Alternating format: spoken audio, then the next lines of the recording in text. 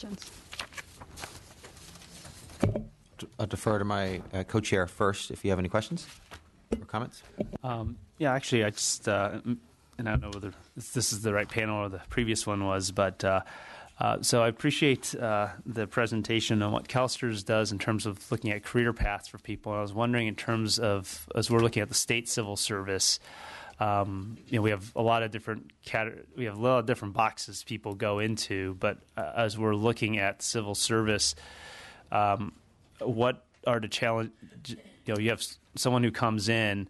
What are the challenges that you see in terms of people actually having a career path versus just staying in one job all the time, right? That one can lead to another, and move up the ranks. Because we were talking earlier about how do we, not only do we need to recruit diversity, how do we then grow people and give people opportunities to advance?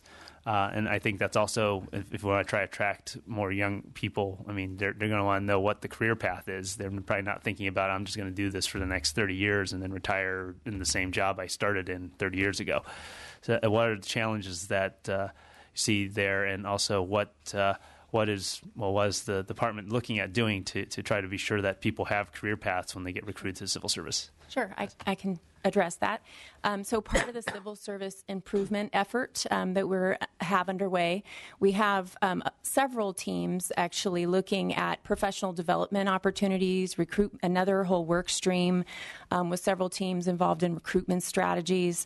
But there is one in particular to your comments that's focused on looking at career ladders. So looking at those broad job categories that we have and putting together sort of tools and resources that we can make available to folks that sort of takes the mystery out of the state government language that we use in civil service classifications, and explains, the career progression that you could make in certain fields. It also, hopefully, we will be able to describe where you can laterally transfer into other fields. That's common in state government. And so up to this point, you had to be an insider to kind of have a good feel for where those opportunities are. And we have a team specifically tasked with looking at how to communicate that to potential applicants and to current employees. Okay. Thank you. Thank you for your presentation, all three of you. In particular, Ms. Licknock, I was happy to hear about a lot of the steps you were taking. I just had a couple of questions and comments. Clearly, you have a robust metric system. You're measuring lots of data, and that's important. It helps you track what's happening, identify problems, set goals, work towards solutions, and I think that's how things get done. I've heard some folks in management positions say if it doesn't get measured, it doesn't get done, and so that's really important that you're doing that, and it also shows the value that you and your team have in making progress in these areas and the priority that you've placed on it. I also want to ask you, what sort of resource investment did this require? We had some important comments about if we're going to make the real steps take the real steps that are necessary, we're going to need to invest resources behind it. So can you talk a little bit about that? Certainly. The resource commitment that we have currently is we do have a dedicated unit of a manager and staff dedicated for all of our workforce planning. Oh, sorry, is your microphone on? I don't know. Can you hear me now? I'll just lean. I won't lean on the glass, but I'll lean at the microphone. We do have a dedicated unit, so it does take resources to manage all of the metrics and report on them and collect them. We will be looking at trying to incorporate some technology solutions into gathering, because a lot of times it's a manual process. We rely on what's coming out of the state controller's office relative to tracking employees and what's and their system. So we would like to be able to implement our own technology system, but we do a lot of it manually. But all of the development and the methodology and the philosophy and the training is all in-house that we use our own resources for. And just as a quick follow-up, is what you do and what you outlined in your presentation, is that more unique than common, or do you see others that are adopting certain practices as well? And where did you get Where did you decide that you would take the steps that you have taken? We did a lot of best practice research externally and in state evaluation. So we looked at what the state was doing. We did use a lot of the competency content from the HR modernization project that started from CalHR. So there has been a lot of work, I think, that isn't visible, and tools there that are available that we have drawn from. We looked at what's going on in the private sector and some of their strategies. I think what would help, and what isn't available, is benchmarks that are not set for the state that we can see. I mean, we don't know. We have to set our own benchmarks, and we're looking at our historical trends to identify where should we set our benchmarks, because we don't have any that are set by the state. So, for instance, turnover. We look at the private sector. What's normal turnover? And in the state civil service, it's going to be different because your turnover is going to be different. So we have a turnover benchmark at 10%. We don't know if that's good, bad, or other. That's just where we're starting to look at what is our trends. Now, we're below that. And that's good, but we want to be able to see and measure as we go along how things might adjust. Thank you. Dr. Pam? Actually, I just wanted to touch on maybe something a little broader than just what this panel talked about. I know the previous panel also talked about civil service improvement, and I think as we were talking about how do we try to create a more diverse workforce, one of the things that I think is particularly important is being sure that we reach out into communities where probably people don't think about civil service as they're not very aware of the civil service process. We can be a very complicated organization. And certainly, as the senator who represents this area, where we certainly have where many people are state employees, but also people may be interested in seeking careers with the state because it's right here in town. They don't have to move or anything. We want to be sure we work with CalHR and GovOps and figure out how we can do the kind of outreach, and particularly be sure we can attract diversity, not only racial, ethnic, but we talk about disabilities, talk about socioeconomic diversity as well, and think about what are kind of mechanisms we can put into place that's going to make state service more appealing, and also make the sort of application process for a state job simpler for people as well, as we have people going through, whether they're graduating from college or coming through other ways, that there are those opportunities. So I hope that I think see you're here, and I think the director's still here. So I hope that we can have further conversations and look forward to partnering with you and thinking about what we can do to reach out to community organizations and get the word out, and also what are maybe events we could do that can make people both more familiar with opportunities in state service, as well as create opportunities that are pathways for people to be able, talented people to be able to tap in. Thank you. We absolutely would love to engage in that conversation. Thank you. Thank you to all of our presenters on this, our final panel. Thank you. We are now going to go to public comment. And we're going to have a 1-minute limitation on public comment, so please make your comments succinctly and efficiently. And we have a microphone here at the front, and we can form a line for those who want to make public comment. Yeah, Robin Corlejo. I'm representing the League of United Latin American Citizens, the Lorenzo Patino Council. Hispanics will not reach labor force parity in California state government in our lifetime. In 2014, Hispanics became the largest ethnic group at 39% of the state population, yet Hispanics remain the most unrepresented group in California state service at 23.2% as of the end of 2014. Since 2009, Hispanics' representation in state civil service has increased by only 2%, from 22 to 23%. At this rate, it would take 80 years for Hispanics to reach the 39% state workforce in 2095. Since Proposition 209, as previously stated, state government has ceased conducting focused recruitment to increase applicant pools of underrepresented groups. Simultaneously, since 2007, 80,000 state employees have retired, many of them Hispanics and others in underrepresented groups. Consequently, the state is not keeping up with California's changing workforce landscape in the 21st century. CalHR has not developed effective recruitment, examining, and interview tools to hire millennials of color, including Hispanics, to replace the baby boomers who have retired or will retire in the next 5 years. The Office of Civil Rights, CalHR, is inadequately staffed at only 4 staff to oversee state civil rights functions in 150 state agencies, boards, and commissions. Please wrap up as soon as you can. You're over a minute. Okay. And we recommend that the state legislature take a look at decentralization of the state personnel system as a factor, reorganization of the Office of Civil Rights from the State Personnel Board to CalHR, and Proposition 209, ban on focused recruitment, where 39% of the population works and lives.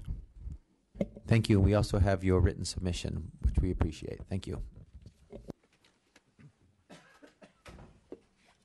Good morning. My name is Robert C. Fuentes. I represent the Association of California State Employees with Disabilities. Excuse me.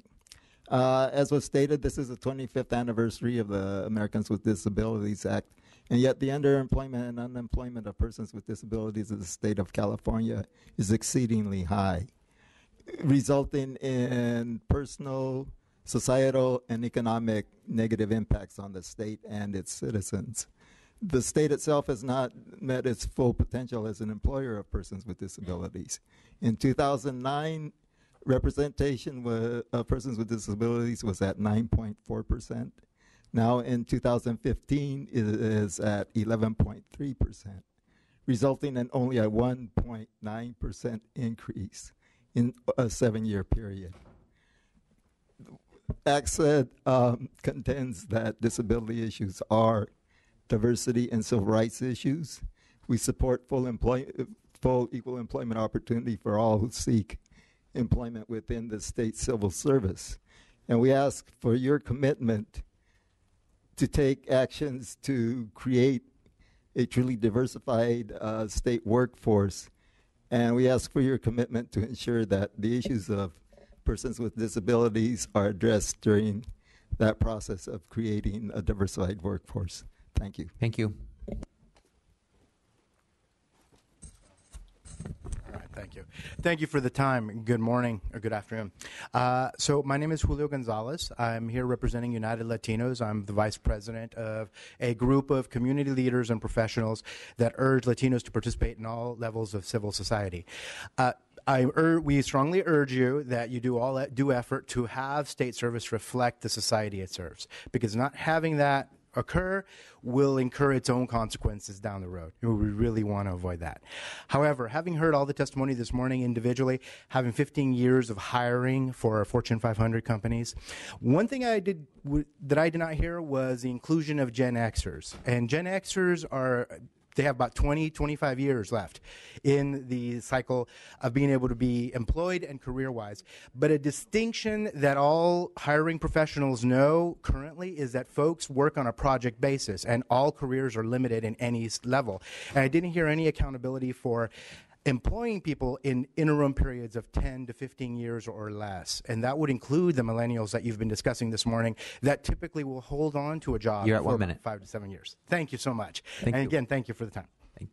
Thank you. Hello, my name is Fang Xu. I'm the with Latino Journal, but I'm representing myself as an applicant for the state job. And I've been on the list for over 2 years. And I have a master's degree and I have over 10 years working experience. And then till now, I only got one interview till now. And I'm not saying it's not fair, I didn't get hired. I'm just want to say I want more transparency. I mean, how do you show the public the accountability, your equal opportunities? You should have been more transparent. I mean, the system is very confusing, and you got letters from them, sometimes 1 page from one department. They didn't tell you what's exactly the statement of the job, the opening. You even don't know which job you're going to apply. You just get one letter, say, hey, this is our department. I will just send to you, and then if you apply, just give us, submit your application and then your resume or blah, blah. And they didn't tell you what job you're going to get. So you have to figure it out by yourself, or you call them. And then when you send out applications, I think I made a lot of contributions. You're to at 1 minute. the post office. Okay. So I want to say, I want the government to show us transparency, to show us the accountability. Thank you. Okay. Thank you so much. You have something in writing? You can pass it up. Okay. Thank you. Okay. Thank you. Jose Perez with the Latino Journal, and we're doing a story on this topic. Part of our research is we discovered this report that was issued in 1982, 33 years ago, that petitions the community. At that time, it was 16.5% Latino in California, but at this time, all these organizations petitioned the legislature and the governor's office to please pay attention to the underrepresentation of Latinos in state government. And I can tell you that since that time, we just recently looked at the numbers, and the numbers look horrific. The state of California will never represent Latinos at the rate that it should in its workforce unless something dramatic and different with a sense of urgency is done. And, we have lots of ideas in terms of some of the solutions. And we think you have an incredible resource of people here, including leaders of the Café de California, which led this report. And I can tell you that overall, the 15 million Latinos in California today would give the state of California an F for not hiring sufficient numbers of Latinos in state government. Thank you. Thank you. Good morning. I'm Bill Garcia. I'm the president of Access Consulting Services. I'm also a representative of various veterans organizations. I am disabled, and I am a veteran. One of my concerns is that I didn't hear too much on hiring of veterans within state government. And I personally have referred veterans that have come forth that wanted to work for the state, and they got number one on their ranking, but they never were called for positions that were vacant in the various departments. It would be interesting to hear how CalSTRS has actually improved their posture on staffing profile over the past year, given the excellent program that they presented for recruitment. I would like to also say that unless money, and we're talking about money, is put into the recruitment and promotion efforts to gather state employees into the state service, you're going to have to go to the campuses, you're going to have to go to the junior colleges, you're going to have to go to the high school departments, as Ms. Tovar said earlier, and get these departments to go out there and explain exactly what these programs are all about, how they can recruit these people. You're at 1 minute. Okay, and I'm all done. Thank you very much. Thank you. Perfect timing. Good afternoon. My name is Carmela Gallego. I don't have a title. I'm just someone that's trying to get hired on with the state. I've submitted many applications. I've gone to several interviews. No response, no nothing. And then when I call to say, have you hired someone for the position? What's going on? And they're like, well, we're sorry we get so many applications. You'll hear from us. Nothing. So I'm just concerned about how your hiring practices are. I think I've gone through every different department, and I come with so much qualifications, and there is no response. And I think that should be addressed instead of. I think that everything that was talked about today is interesting, but how does that apply to someone like myself that tries to get in with the state? I've heard nothing about that. That's it. Thank you. Hello, good afternoon. My name is Asami Saito. I am an incoming senior at West Campus High School and the outgoing student school board member for the SCUSD. First of all, thank you I would love sitting in here for your hearing. And I was so glad to hear that you're reaching out to my generation of the millennials, through by means of social media. And I hope that you're keeping in mind that which social media websites we use for what, where we go for our news and where we go to watch cat videos. And so, but I will admit, finding a state job especially is extremely hard. It's almost like a foreign language. I've tried a few times. It's very hard to navigate and hard to find resources to find such a job. But yes, thank you. Thank you very much. Thank you. Hello. My name is Roy Perez. I'm representing the South Bay Latino Chamber of Commerce, which affiliates other chambers out throughout California, particularly in Southern California. Again, my name is Roy Perez. I worked here back in 1985, worked with major time with these organizations, from CAFE to LULAC to GI Forum, you name them, MAPA. And the issue then was the lack of affirmative action, the lack of hiring minorities, particularly Latinos, and it still exists today. I must share with you, number one, say thank you for holding this hearing, but number two, it is really incumbent among the elected officials, the legislators, to really hold the State Department accountable and make sure that they are indeed following through on their efforts to bring Latinas and Latinos to the state government. Thank you. Thank you. That concludes our public comment. I want to thank all of our participants today, our presenters, and all of our panels, all the members of the public who came forward and made public comment, everyone else who's attended and followed along and also followed through on our video feed. Thank you for this, being part of this important hearing. In closing, I just want to say that we all look forward to continuing to work cooperatively with all of you, all the stakeholders, as we move forward with our efforts to improve the state civil service system and our succession planning efforts, maintaining a qualified and nimble state workforce that ensures fairness, non-discrimination, and equal employment opportunity in all its personnel management practices is a goal we must always strive to achieve, and that we can only achieve by working together. So thank you again for participating in today's hearing. We are adjourned.